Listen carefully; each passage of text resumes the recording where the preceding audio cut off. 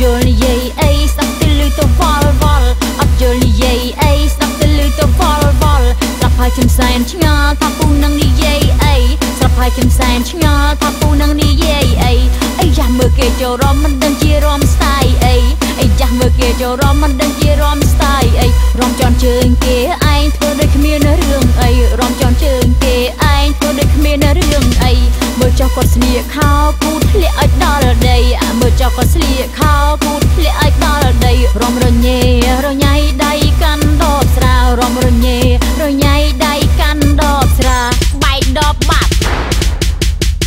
និយាយថានៅក្នុងភូមិគ្មានអ្នកណាក៏ដូចគាត់និយាយថានៅក្នុងភូមិគ្មានអ្នកណាក៏ដូចគាត់ណាស់ឲ្យពួកយើងកុំមាត់ឲ្យគាត់កោទៅណាស់ឲ្យពួកយើងកុំមាត់ឲ្យគាត់កោទៅស្រវឹងឲ្យគាត់នៅរំចាក់បត់អីក៏រំត្រូវអ្នកស្រវឹងឲ្យគាត់នៅរំចាក់បត់អីក៏រំត្រូវចាក់សិតតែក្បាច់កន្ទង់ហុយដីឲ្យឡើងទលំចាក់សិតតែក្បាច់កន្ទង់ហុយដីឲ្យឡើងទលំ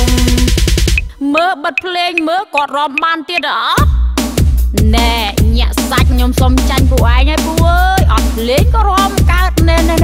ចាក់ឲ្យគាត់រំវិញទៅខ្ញុំសុំចាញ់ពួកឯងឲ្យទៅចាក់ក្បាច់អីក្បាច់ទៀតទៅ